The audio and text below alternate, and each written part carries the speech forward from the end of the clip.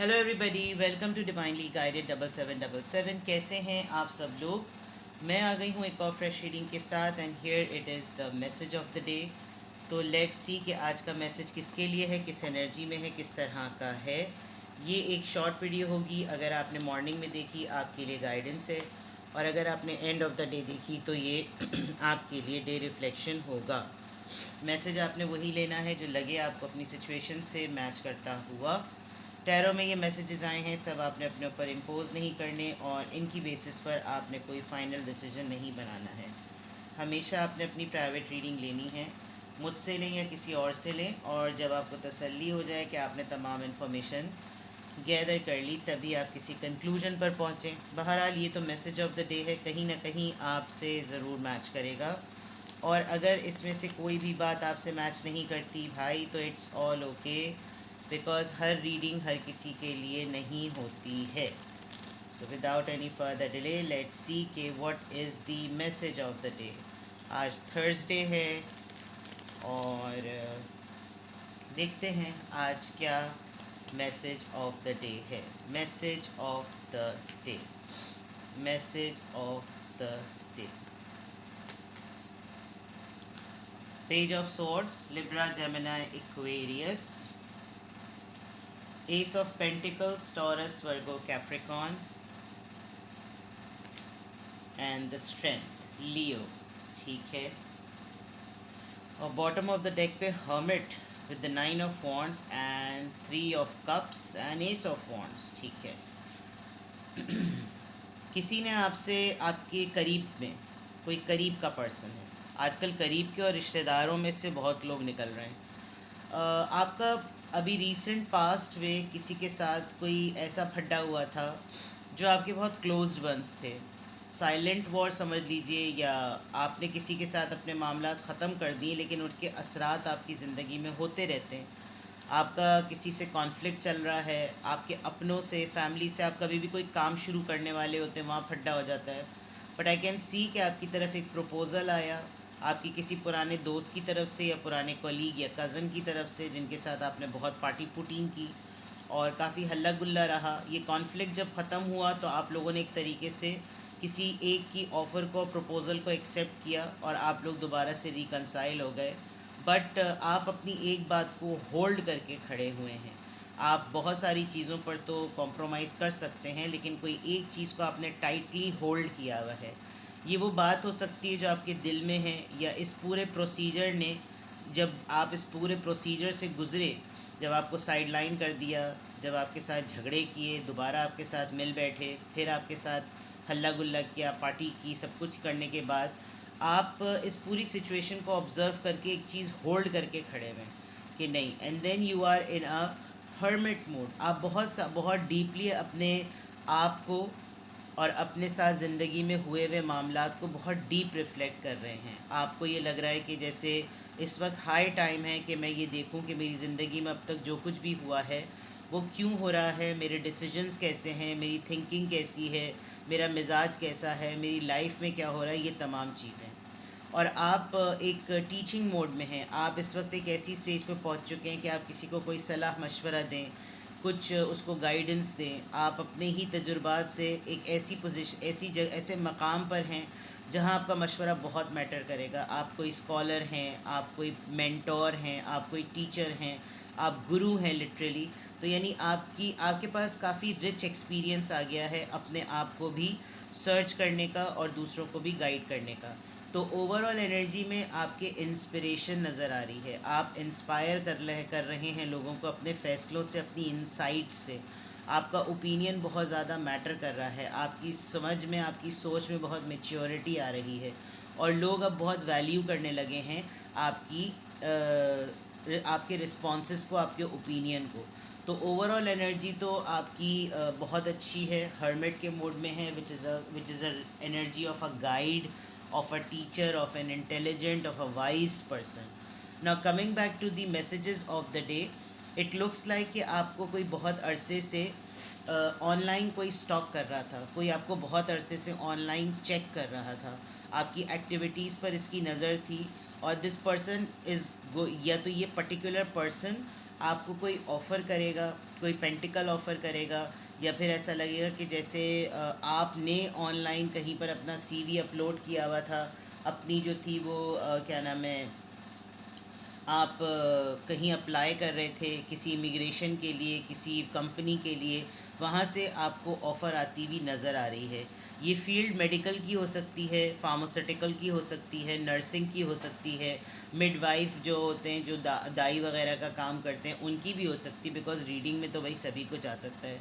आप नर्स हो सकते हैं, आप डेंटिस्ट हो सकते हैं, आपने कहीं अप्लाई किया हुआ था, आप साइकोथेरेपिस्ट हो सकते हैं, आप काउंसलर हो सकते हैं, आप साइकोलॉजिस्ट हो सकते हैं, बट जो भी हैं आप एक बैलेंस पर्सन है और आपका शायद ताल्लुक़ मेडिकल की या साइकोलॉजी की किसी फील्ड से है। तो काफ़ी दिनों से आपको कोई सर्च कर रहा है, काफ़ी दिनों से कोई आपको एक्सप्लोर कर रहा है, काफ़ी दिनों से आपको कोई चेक कर रहा है, और आपको ये पर्सन ऑफ़र करेगा। It's not only about the career, job, business, it could be about the friendship. ये कोई दोस्ती भी हो सकती है, कोई भी ऐसी चीज़, लेकिन कहीं ना कहीं कोई हैवी स्टॉकिंग, कोई हैवी चेक एंड बैलेंस चल रहा है किसी का आपके ऊपर। और बस एक मोमेंट ये है कि ये पर्सन, शायद आप इसको जानते भी हैं, करीब से जानते हैं, और ये आपके साथ एसोसिएट होना चाहता है, बिकॉज ही और she wants to just check कि जो है आप इसको किस तरीके से दोबारा कंट्रोल करेंगे, बिकॉज ये लायन का मुंह जो है ना, वो मुँहज़ोर जानवर जिसको कहते हैं ना, उसको कंट्रोल कर रही है। तो दिस इज़ समथिंग, इस तरह का कोई सिनेरियो होगा, ठीक है। अब देखते हैं कि किस चीज़ का इन्फ्लुएंस आ रहा है। यानी कि दोनों एंगल पर अगर मैं स्ट्रेंथ और हर्मिट देखूं, आपकी पोजीशन भी आज के दिन बहुत स्ट्रॉन्ग है। आप अपने आप को बिल्कुल भी अंडरमाइन और अंडर एस्टिमेट ना करें। अगर आप समझते हैं कि मुझे को लोग इसलिए वैल्यू नहीं करते कि मुझसे तो कोई कुछ पूछता ही नहीं है, वो आपकी विजडम का मुकाबला नहीं कर सकते, वो आपकी इंटेलिजेंस का मुकाबला नहीं कर सकते। कुछ लोग आपको अप्रोच नहीं करते तो वो आपसे घबराते भी हैं, बिकॉज आप बहुत बहादुर इंसान हैं। And yes, this is an offer जो कि आपकी कुछ आपने या तो ख़ुद कहीं अप्लाई किया हुआ है, या आप ख़ुद किसी को चेक कर रहे थे। अगर आपने रिसेंटली किसी के साथ फेसबुक पे या इंस्टा पे आपने चैट स्टार्ट की है, तो ये थोड़ी सी प्रोलॉन्ग हो सकती है। अगर आप किसी से फेसबुक पे बात कर रहे हैं या इंस्टा पे बात कर रहे हैं, तो इसमें प्रोग्रेशन हो सकती है, बस आपको थोड़ा सा ध्यान रखना पड़ेगा, ठीक है। चलिए देखते हैं कि किसका इन्फ्लुएंस आ रहा है, किस ज़ोडिएक साइन का या ड्यूरेशन ऑफ टाइम का इन्फ्लुएंस आ रहा है। Let's see. Everything is in progress, number 8 and number 8 here. 8 और 8 आ गया है, दैट मीन्स के अबंडेंस का नंबर, खुशहाली आपकी लाइफ में या तो अबाउट टू कम है या आ चुकी है। क्योंकि इस वक्त अगर आप ये समझ रहे हैं कि नहीं, सब कुछ सेटल नहीं है, तो सब कुछ अपने प्रोसेस में है। Everything is in progress. जो भी चीज़ घूम रही है, वापस आ रही है, फिर घूम रही है, फिर वापस आ रही है, तो आप समझ लीजिए कि वो एक बैक एंड फोर्थ एनर्जी में तो है, लेकिन वो अपने आप को रिफ़ाइन करके आगे बढ़ने पर आ रही है। आपने 8 देखा होगा, घूम फिर कर जुड़ जाता है, फिर घूमता है, फिर जुड़ जाता है, फिर घूमता है, फिर जुड़ जाता है, लेकिन एक पॉइंट पर आकर उसका कलर, उसकी एनर्जी, उसका सेटलमेंट, सब चीज़ें जो है ना वो बदल जाती हैं। तो नंबर 8 आया है, या तो ये एक हफ़्ते की कहानी है ये, या फिर ये 2 महीने की कहानी है, या जो भी सिलसिला चल रहा है, आपकी 2 महीने से किसी से बातचीत चल रही होगी, अब टाइम आ गया होगा कि वो आपको कोई मेगा ऑफ़र दे। और यहाँ पर भी तमाम चीज़ें नज़र आ रही, बिकॉज ऑफ़र तो आपकी तरफ आ रही है। आपने कहीं अप्लाई किया हुआ था, तो वहाँ से रिस्पॉन्स 8 हफ्तों के अंदर अंदर आ गया या आ जाएगा। बट जो कुछ भी है वो प्रोसेस में है और प्रोग्रेस में है। जो भी चीज़ स्टार्ट हुई है वो आगे बढ़ने के लिए है, ठीक है ना। तो ये आपका इन्फ्लुएंस नज़र आ गया। नंबर 8 आज बहुत सिग्निफिकेंट है। 8 नंबर मुझे बड़ा सेटल्ड नंबर रखता है, और 8 नंबर जो है वो खुशहाली का नंबर है, अबंडेंस का नंबर है, हर किसी चीज़ के भरपूर होने का नंबर है, और पॉजिटिव नंबर लगता है मुझे, ठीक है ना। बिकॉज 5 से लेकर 1 तक के जितने नंबर होते हैं, जो कि डिसेंडिंग ऑर्डर में होते हैं, वो तमाम चीज़ों में प्रोग्रेशन बाकी होती है, लेकिन 5, 6 से लेकर 10 तक के जो नंबर होते हैं वो ग्रोथ ओरिएंटेड होते हैं। और नंबर 8 जो है वो खुशहाली को, मनी को, सेटलमेंट को ना वो करता है, रिप्रेजेंट करता है, ठीक है। तो देखते हैं जनाब, आप लोगों को लगता होगा कि ये मेरे न्यूमरोलॉजी पे कोई कमांड नहीं है, लेकिन मैं आपको एक चीज़ दिखाती हूँ।